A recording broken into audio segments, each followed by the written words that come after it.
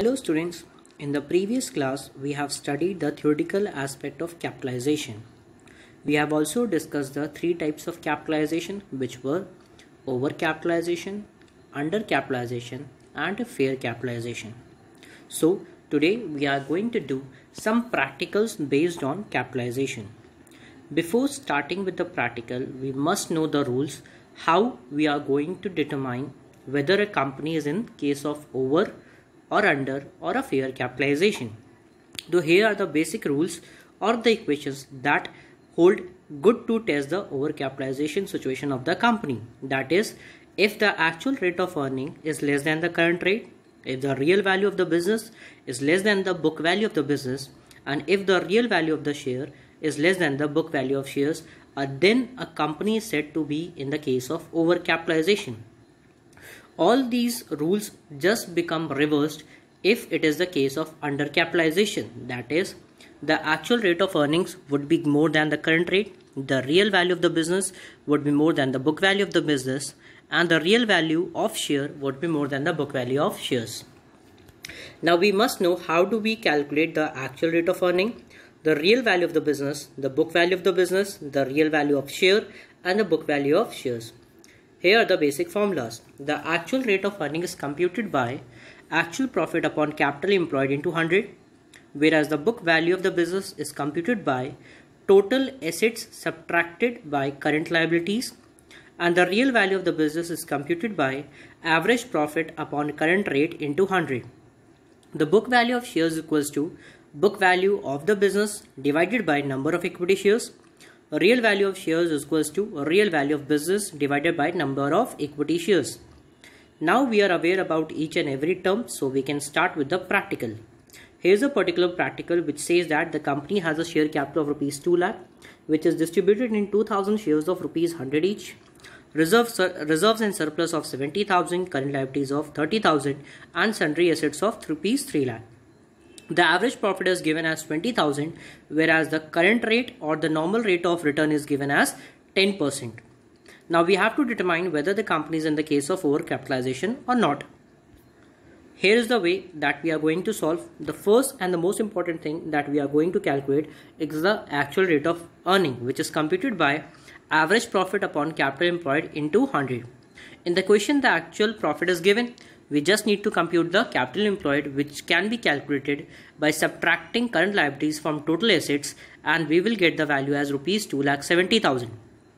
Now placing the values in the formula for actual rate of earning, we get as 7.4%, which is less than the current rate. Now coming to the next case, book value of the business is equals to total assets minus outside debts. Hence the value is equals to 2,70,000. And in the same manner, placing just the values, we get the real value of the business as rupees 2 lakh. Here also we can say that the book value is more than the real value. And at the end, we are going to compute the book value per share and real value per share, which can be computed as 2,70,000, that is book value of the business, divided by equity shares is equals to 135, and the real value per share is equals to 2 lakh divided by 2,000 is equals to 100. As the rule suggests, here is the basic rule. If the actual rate of earning is less than the current rate, then here in this particular question, the actual rate of earning is 7.5%, whereas the current rate is equals to 10%, and the real value is 2 lakh, whereas the book value is 2,70,000. Real value is 100 and the book value is of per share is 135. Since all these values are less than, hence the company is said to be in the case of overcapitalization. Let's move to the next practical. In this practical, the same values are given with the different figures.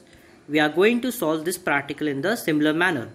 First, we have to calculate the actual rate of earning, which is equal to actual profit upon capital employed into 100. Capital employed is equals to total assets minus current obligation, that is the current liabilities, and we get the answer as rupees 3,50,000. The actual rate of earning is equals to average profit upon capital employed into 100. On placing the value, we get the answer as 11.43%. Now we are going to determine the real value of the business, whereas book value of the business. So real value of the business equals to average profit upon current rate into 100, which is equals to 5 lakh, whereas the book value is already computed, which is equal to 3,50,000. Now at the end we are going to compute the book value and the real value. Book value is equals to book value divided by equity shares, and real value is equals to real value of the business divided by equity shares. So we get the answer as 35 and 50 respectively. When we place the variables, we find that the actual rate of earning is more than the current rate, the real value of the business is more than the book value of the business, and the real value per share is more than the book value per share. All these equations hold good for a company saying that they are in the situation of undercapitalization stage. Let's move to the next practical. Here in this question it says that the total amount of capitalization is 80 lakh. The average annual income of the company is 20 lakh. That means the average profit is 20 lakh, whereas the capital employed is given as 80 lakh. At present, the rate of capitalization of similar type of business is 20%. That means NRR is equals to 20%. Now we have to decide whether the company is under capitalization, and we have also determined the extent of under capitalization, and in case if the company has the same status in the further, then what will be the impact in the market value of its shares. Now since the current rate of earning is given, that is 20%, we just have to compute the actual rate of earning, which is equal to average income upon capital employed into 100. That is equals to 25%. Then the company is under capitalization because obviously the current rate is less than the actual rate of earning. Now we have to determine the extent of under capitalization. That is, actual amount of capitalization is rupees 80 lakh.